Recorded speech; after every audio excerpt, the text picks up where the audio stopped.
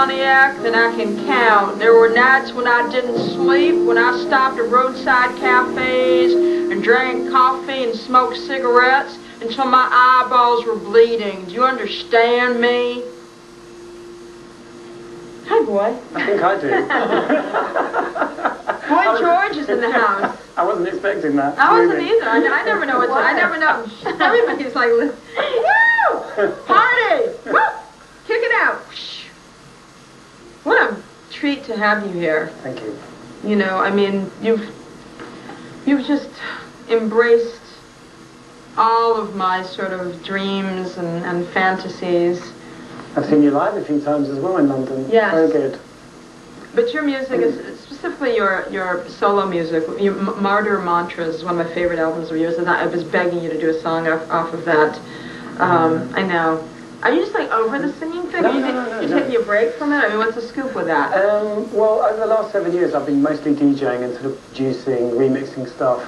I just needed a break from it. You know, I understand. The last record I did with Culture Club was never released in America. I've had a few things like that where they haven't put them out, and I just thought, give it a break. Let it breathe a little bit. But I'm going to do a new album this year. Okay, good, good. I mean, not that I'm you know, putting any onuses or limitations on your DJing, which I'm sure is a blast for you. Because, it is a good fun. It's great. You know, who have you been remixing? What kind of people have you been working with? Well, I've been working with a girl called Amanda Ghost. Yes, who's a doll, very talented. And, you know, sort of done a couple of mixes for her. A new band in London called Liberty. They're like a kind of manufactured band. And they pay me lots of money, so... Whatever. I mean, you know, you do some money gigs. And I know you've mixed a bunch of stuff for Madonna. She's never called me. I would actually love to do that, actually. I think that'd be cool. I'd like to do you that. You did something for her. I'd do it free as well, just to put it on my resume. Don't ever say that. No? Oh, honey, the children will call. And then that's it. The killer bees. Freebies. We've had that discussion, actually. The guy I work with is a German guy called Kinky Roland, and we said, what would we do if Madonna's people called and said, will you do a free remix? And we're like, we'd do it. Well, you know what? I love your altruism, but you know what? I don't think she needs any freebies. God bless her. Well, when she calls, I'll tell her you said that. No, I mean, I think an artist deserves respect. I would pay you. Yeah. And believe I'd me, you pay would you charge. for free, though. Honey. I would. I would. There are certain people that I would definitely work with for nothing. Who are some of the other people you love and have always wanted to? Bowie, would love to work with him, or even remix something, or sing with him. That would be amazing. Oh, Jodie Mitchell. Ah. She Never Lies. PJ Harvey, love her. Her last album, how brilliant is her last fantastic. album? It's really it's like kind of the quintessential rock album of the past 2 years. Yeah, there's a lot of people, but I think the main one's Bowie. I'd love to work with Bowie. Well, he's amazing. He's a sweetheart. I was just at his place with Eddie for Iman's birthday party the other night. When he did invite me, I'm very upset. Did he know you were in town? I bet he would have. I think he's scared of me, you know, because I think he is, because I did a thing on the internet with him a couple of months ago. Right. Well, and he was lovely. I just did an internet was show. it his internet show that he does? I've done that before too. And I'm such an absolute Bowie fan. I mean, since 11, 12 years old. Well, you must have been really influenced by him because he was the original, I stood outside his house. Performance. I stood outside his house. I mean, I followed him to every gig. I was there when he came back from Germany. I was obsessive. And I know everything about him, and I think I just terrify him a bit, because I was at one of his gigs a couple of years ago, and I was singing all the lyrics he forgot. I was like, he forgot the words to that, and I was singing all along to everything, and the manager was like... Isn't it amazing how you can forget your own lyrics, but when you love somebody, you know, like that's the way it is for me and Joni Mitchell. Yeah, I love her. I mean, everything on Court and Spark I could sing for you. Yeah, but it's, I think he's just terrified of me. Doesn't want to let me get too close. We all have somebody we're afraid of. I'm his official stalker. You know? I mean, yeah, but that's kind of cool, though. I mean, to be stalked by Boy George, how amazing. To be David Bowie. That is a fabulous film that should be made immediately. Absolutely. Even if it's just a short. Mm-hmm. But, you know, also you have to remember, he's toned down his thing. He's in a different phase of his life. I mean, the whole Ziggy Stardust, you know, performance artist, sort of crazy, over the top, you know, sexual ambiguity. I mean, he was the first to do it. I actually just did Ziggy Stardust on this show in England called Stars in Their Eyes. You sang it? I did. I dressed up as him. I shaved off my eyebrows. That's why they're looking so thick. Right. Because I've you had filled to them in. I've had to draw them on. But I did this whole thing where I transformed myself into him, you know, with the whole look. Did you ever learn a Specialized in Loneliness, that song I wanted him to sing, Mitchie? Never mind. He Good didn't. song, though. Good song. That song, Yeah. I play it, like, I just put it on, replay over and over and over again on my CD. It's one of the most beautiful songs I've ever heard. It's one of my favourite songs. It's very sad, though. Well, I know, but, sadness doesn't, necessarily eclipse joy. I find it really hard to write happy songs.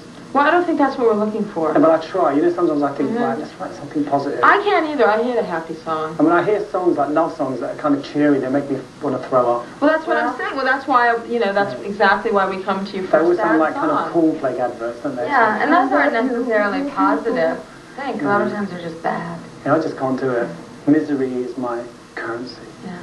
Ooh. You're writing a musical, aren't you? I am, yes, and it looks like it's going to be on this year Really? as well.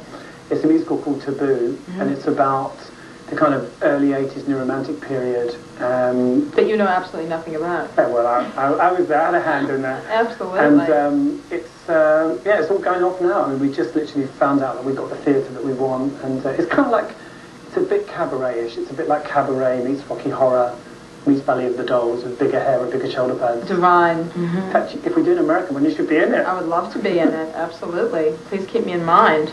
I'm ready for those, I mean, I'm talking ahead now. I mean, if it ever Always talk ahead. It'd be great if it came to America. I think that the Americans would love it because it's very. Well, we're desperate for a new sort of cult, Have you seen play. Hedwig? I saw the play. They actually wanted me to take over the role and Have you play seen the Hedwig. movie? Yes, I have seen the movie. Great. I loved it. It's really good. How is the Pet Shop Boys musical, by the way? Good. I mean, I gave it a really good review because all the reviewers in London were saying it was too gay.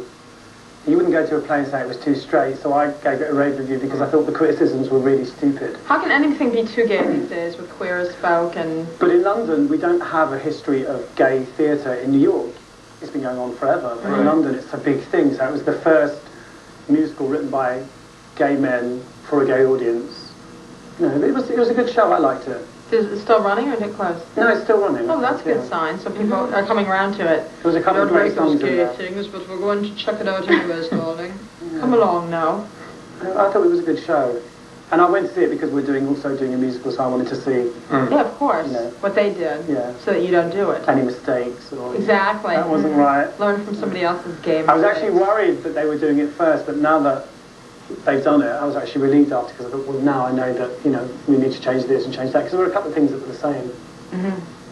It's hard to do gay things that are different.